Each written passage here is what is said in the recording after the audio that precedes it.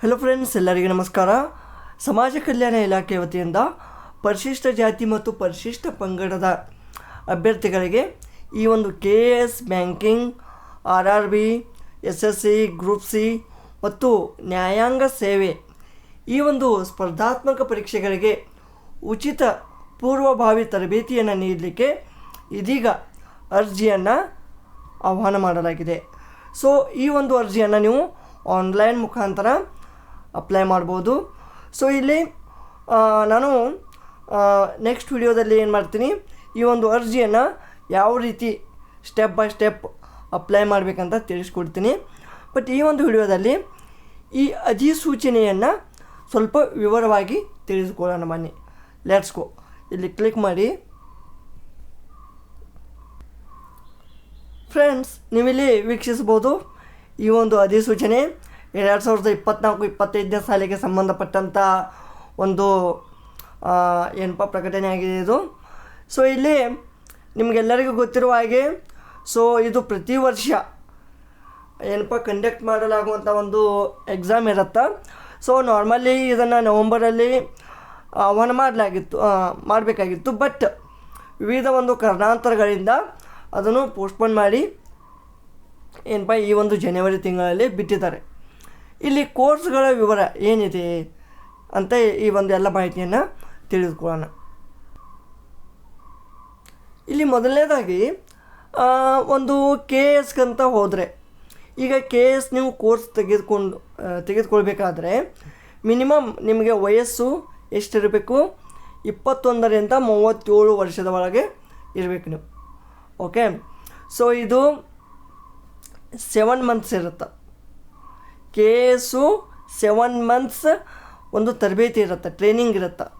Okay, ಆಮೇಲೆ group C, banking, RRB, SSC ಮತ್ತು judiciary ಅಂದರೆ ನ್ಯಾಯಾಂಗ ಸೇವೆಗಳು ಇವಂತ ಬಂದರೆ 3 ತಿಂಗಳುಗಳು ಮಾತ್ರ ಇರ್ತವೆ. KSಗೆ ಮಾತ್ರ 7 ತಿಂಗಳುಗಳು.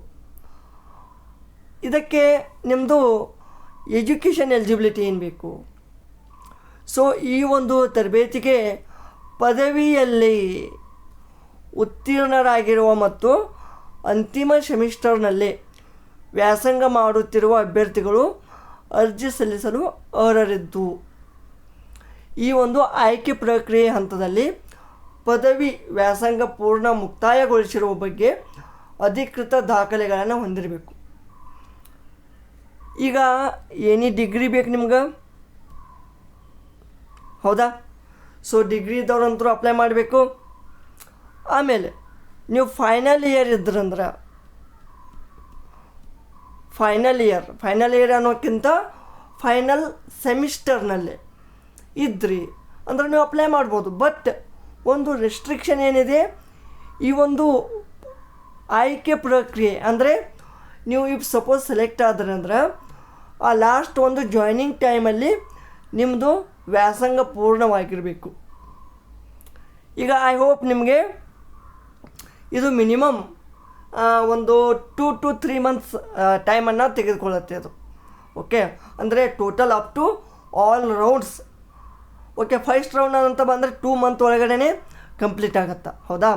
ಸೊ ಇದು ಆದ್ದರಿಂದ ಈ ಒಂದು ಮಾರ್ಚ್ ಏಪ್ರಿಲ್ ಒಳಗಡೆ ಯಾರ್ದು ಒಂದು ಎಜುಕೇಷನ್ ಕಂಪ್ಲೀಟ್ ಆಗುವ ಒಂದು ಸಾಧ್ಯತೆ ಇದೆ, ಅವರು ಕೂಡ ಅಪ್ಲೈ ಮಾಡ್ಬೋದು. ಓಕೆನಾ? ಆಮೇಲೆ ಕರ್ನಾಟಕ ರಾಜ್ಯದ ನಿವಾಸಿಯಾಗಿರಬೇಕು. ಅರ್ಜಿ ಸಲ್ಲಿಸುವ ಕೊನೆಯ ದಿನಾಂಕದೊಳಗೆ ನಿಗದಿತ ನಮೂನೆಯಲ್ಲಿ ಜಾತಿ ಮತ್ತು ಆದಾಯ ಪ್ರಮಾಣಪತ್ರ ಪಡೆದಿರಬೇಕು. ಸೊ ಇದು SC ಮತ್ತು ST ಕ್ಯಾಂಡಿಡೇಟ್ಗಳಿಗಿದೆ, ಹೌದಾ? ಸೊ ಅವರು ಈ ಒಂದು ಅರ್ಜಿ ಸಲ್ಲಿಸುವ ಕೊನೆಯ ದಿನಾಂಕ ಅಂದರೆ 20 ಫೆಬ್ರವರಿ 2025.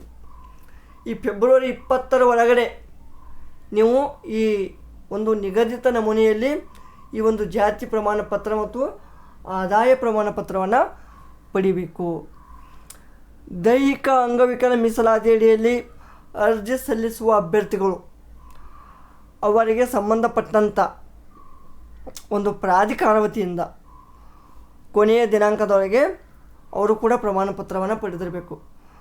ಆಮೇಲೆ ಈಗ ಫಾರ್ ಎಕ್ಸಾಂಪಲು ವಿದ್ಯಾರ್ಥಿ ನಿಲಯ, ಕ್ರೈಸ್ ವಿದ್ಯಾರ್ಥಿ ನಿಲಯ, ಸಫಾಯಿ ಕರ್ಮಚಾರಿ, ಈ ಒಂದು ಕೋಟಾದಡಿ ಯಾರು ಅಪ್ಲೈ ಮಾಡ್ತೀರಿ ಅವರು ಕೂಡ ಪ್ರಮಾಣ ಪತ್ರವನ್ನು ಪಡಿಬೇಕು. ಆಮೇಲೆ ವಾರ್ಷಿಕ ಆದಾಯ 5 ಲಕ್ಷಕ್ಕಿಂತ ಹೆಚ್ಚಿರಬಾರ್ದು, ಬಿಲೋ 5 ಲ್ಯಾಕ್ ಇರಬೇಕು. ಓಕೆ. ಆಮೇಲೆ ಆಯ್ಕೆಯ ವಿಧಾನ ಇಲ್ಲಿ ಹೇಗಿರುತ್ತಾ? ಸಿಂಪಲ್, ಏನೂ ಇಲ್ಲ. ಅಭ್ಯರ್ಥಿಗಳು ಅರ್ಜಿಯನ್ನು ಸಲ್ಲಿಸಬೇಕು. ಆಮೇಲೆ CET ಎಕ್ಸಾಮ್ ಇರುತ್ತಾ. ಸಾಮಾನ್ಯ ಪ್ರವೇಶ ಪರೀಕ್ಷೆಯಲ್ಲಿ ನೀವು ಗಳಿಸಿದ ಒಂದು ಅಂಕಗಳ ಆಧಾರದ ಮೇಲೆ ಈ ಒಂದು ಆಯ್ಕೆಯನ್ನು ಮಾಡಲಾಗ್ತದೆ.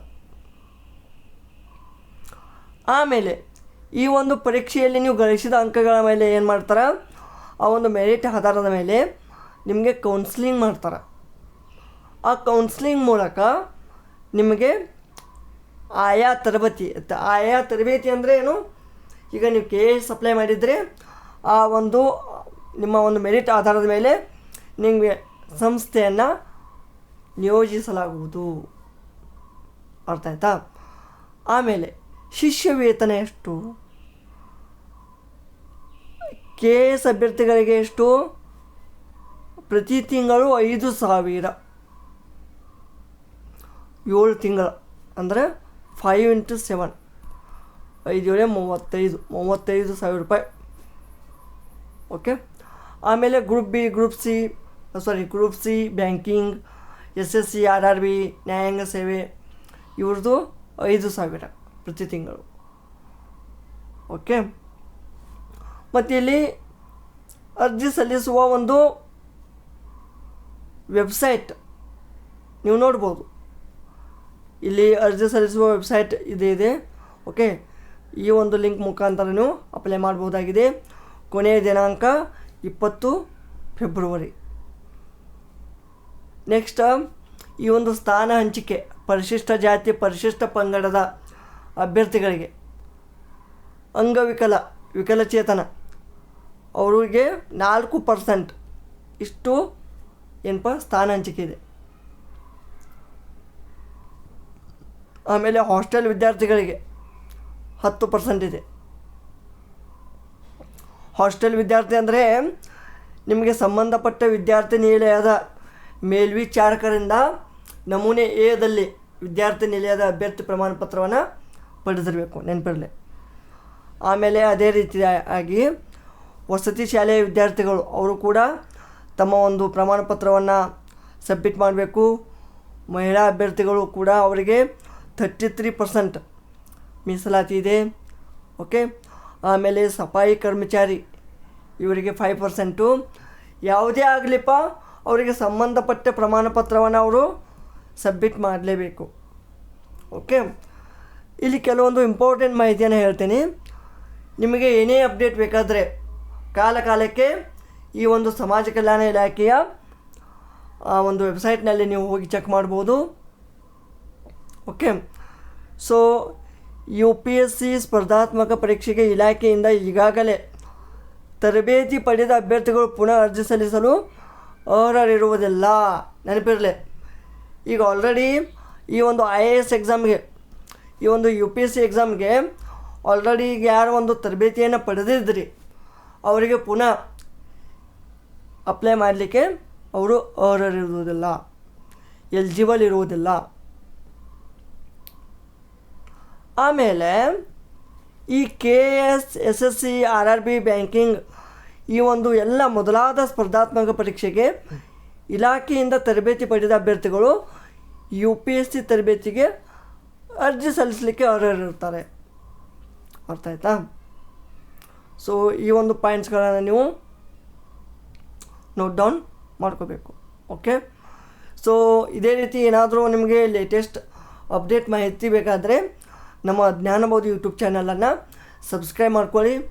ಮತ್ತು ಮುಂದಿನ ಒಂದು ವಿಡಿಯೋದಲ್ಲಿ ಈ ಒಂದು ಅರ್ಜಿಯನ್ನು ಯಾವ ರೀತಿ ಅಪ್ಲೈ ಮಾಡಬೇಕು ಪ್ರತಿಯೊಂದು ಸ್ಟೆಪ್ಪನ್ನು ವಿವರವಾಗಿ ಹೇಳಿಕೊಡ್ತೀನಿ. ಅಲ್ಲಿಯವರೆಗೆ ನಮಸ್ಕಾರ.